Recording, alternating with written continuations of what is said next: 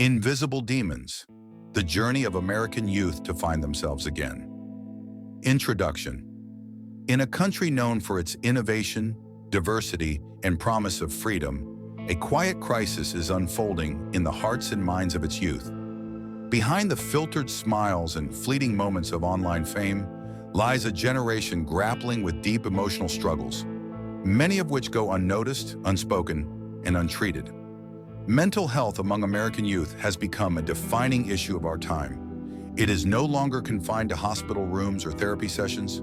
It shows up in classrooms, bedrooms, online chats, and often in the silence between words. As we seek to understand this crisis, we must also seek to humanize it, to see the people behind the statistics, the stories behind the diagnoses, and the strength behind each cry for help. This article is a journey through the emotional landscape of young Americans today, a journey of pain, resilience, and ultimately, hope. Part 1. The Emotional Map of Modern Times. Being young in America today often means fighting invisible demons with little support. This is not just a line from social media, but a vivid truth that millions of young people face every day. It's not the darkness of mythical forests, but the darkness within the mind, within emotions, in the sleepless nights and mornings when getting up feels impossible. The mental state of American youth today is under unprecedented pressure. The stress from school, social media, family expectations, and a sense of disorientation in an ever-changing world has pushed many to the brink of anxiety, depression, and isolation. Part 2. Invisible Wounds. Emily, 17, living in Los Angeles, was once a top student full of ambition. But the pressure of maintaining grades, preparing for college, and meeting her family's expectations gradually wore her down. She started staying up all night, wrestling with negative thoughts and the feeling of not being enough. "I don't know who I am anymore," she wrote in her journal. "I smile every day, but inside I just want to disappear." No one knew what Emily was going through. On the outside, she seemed cheerful and sociable. Inside, a silent storm was brewing. Emily is one of millions of young people living with anxiety, depression, or other mental health disorders, most of whom remain silent. Unlike a broken arm or a high fever, psychological wounds are not easily visible, and because they are unseen, they are often ignored or dismissed. Part 3. Loneliness in a crowded social media, a place where young people seek connection, has become a double-edged sword. Among thousands of likes and glamorous photos, many feel they are not good enough, not attractive enough, not accomplished enough. The endless comparisons erode self-esteem. Jordan, a college freshman, shared, "Every time I open Instagram, I feel like my life sucks. My friends are traveling, in relationships, achieving things. And me? I just feel empty." The feeling of loneliness, of lacking real human connection, even in a sea of people, is a harsh reality for today's youth. It's not just physical solitude, it's spiritual loneliness, when no one truly understands you. Part 4. Breaking the Silence. One of the most important things we, as a community, can do to support young people is to break the silence surrounding mental health. Silence allows negative emotions to grow unchecked until they become deep, unhealable wounds.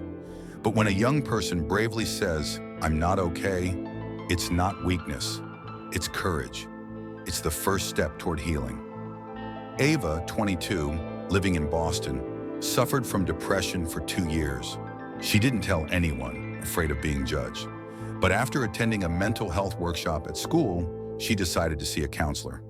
"For the first time, I felt heard without being judged," Ava said, "and that saved my life." Speaking out is not just about getting help. It's a way to begin understanding and acknowledging what one is going through. When young people dare to speak the truth, society must be ready to listen. Part 5. Building a Loving Ecosystem. Healing is not a solo journey. It requires the involvement of families, schools, communities, and policy systems.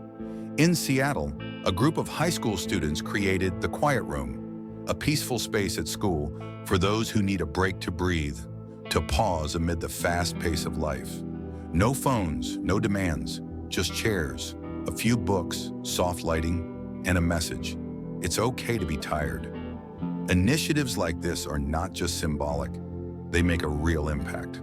When living and learning environments are built on empathy and support, young people gain the strength to overcome their internal struggles. Families play a critical role too.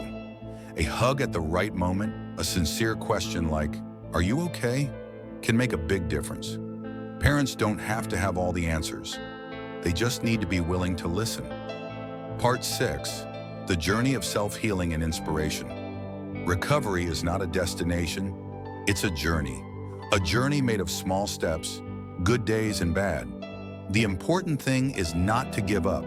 Lucas, 19, went through a period of video game addiction and depression after his parents' divorce, but instead of letting the pain drown him, he started to draw. From crude sketches, Lucas gradually turned emotions into art. A year later, he held his first exhibition, titled Inside My Mind. "No one knows how many times I cried to make those paintings," Lucas said, "but I want someone like I used to be, to feel a little less alone when they see them." When young people begin sharing their stories through words, art, or action, they not only heal themselves but also inspire others. Each story is a beam of light, igniting hope in hearts immersed in darkness. We are living in a time of turbulence, but also a golden opportunity to redefine how we love, how we listen, and how we live authentically. Mental health is not a luxury. It is a fundamental right for every young person. And you, and whether you're okay or not, deserve to be loved, to be understood, and to live a life full of meaning. If today feels heavy, remember you are not alone. There are many others like you, and there is a world that is beginning to listen. Conclusion: mental health challenges may be invisible, but their impact is real and profound. For America's youth, the journey through anxiety, depression, and identity crises is one filled with both pain and profound potential. The more we open our eyes to their struggles, the more we understand that change begins with compassion. Every young person deserves to feel safe in their emotions, supported in their healing, and seen in their true selves. Whether it's through policy reform, school initiatives, or a simple act of listening, we each have a role to play in building a world where mental health is valued just as much as physical health. To the young reader, if you are in the dark, know this: your story matters, your pain matters, and your healing matters. Keep going. There is light ahead, and you are not walking alone.